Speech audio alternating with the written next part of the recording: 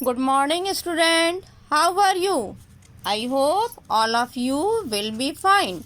Today is 14th May, class 4th, subject Hindi, chapter 2, चतुर लंबकर्ण।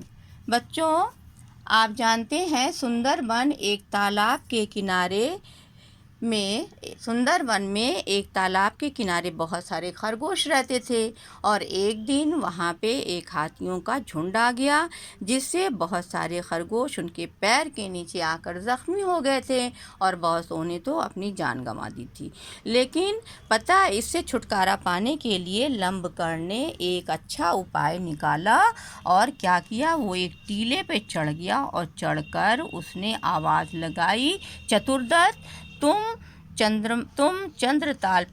चंद्रताल पर आने में डर नहीं लगा? मूर्ख, भला चाहते हो तो तुम ये वन छोड़कर चले जाओ। उसने कहा कि अगर तुम अपना भला चाहते हो तो इस वन को छोड़ के चले जाओ।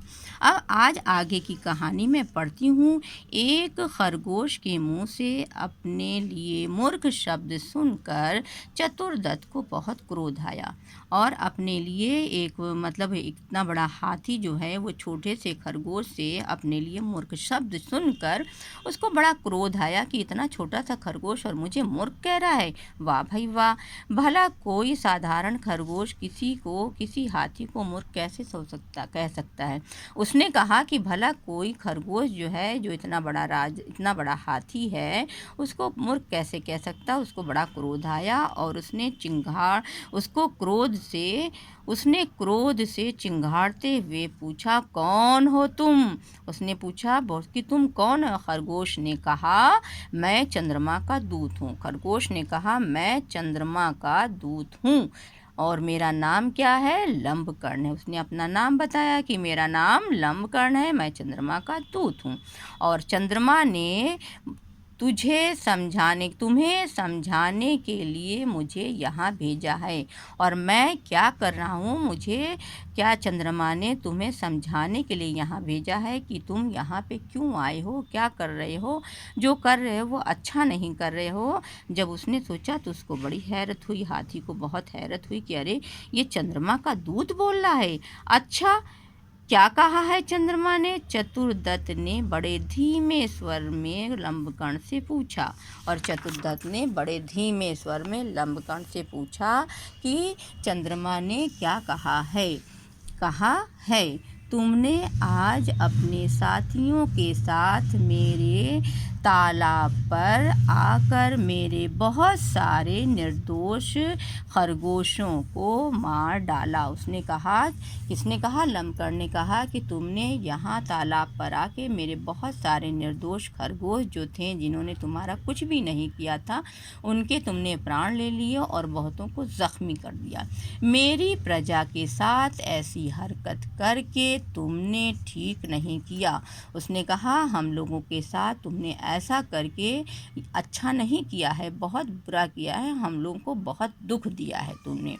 अब यदि अपना भला चाहते हो, उसने क्या कहा, अगर अपना भला चाहते हो तो आकर तुम्हें माफ़ी मांग लो। उसने कहा, यदि तुम अपना भला चाहते हो तो आकर मुझसे माफ़ी मांग लो। उसने कहा कि तुम अगर चाहते हो, तुमने इतनी बुरा काम किया है, कितने खरगोशों की जान ले ली है, कितने को ज़ख्मी कर दिया है, कितनी बिल टूट गई है, तो तुम अगर भला चाहते हो तो आकर मुझसे माफ़ी मांग लो, यानी चंद्रमा के दूत से माफ़ी मांग लो और सुंदरबन को सदा के लिए छोड़कर चले जाओ और इस सुंदर वन को तुम सदा के लिए छोड़कर यहाँ से चले जाओ।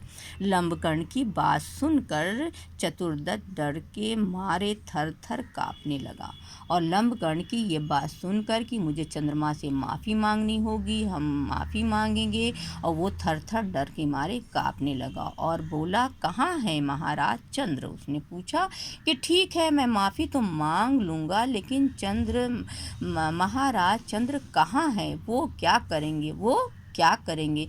मुझे उनसे क्षमा मांगने के लिए कहाँ चलना होगा लंबकर्ण जी? उसने कहा कि मुझे उनसे क्षमा मांगने के लिए कहाँ चलना होगा? नमकरण जी जवाब बताओ, तभी तो मैं क्षमा मांग सकता हूँ। ठीक है, अब मैं इस चैप्टर को यहीं पे अभी क्लोज करती हूँ।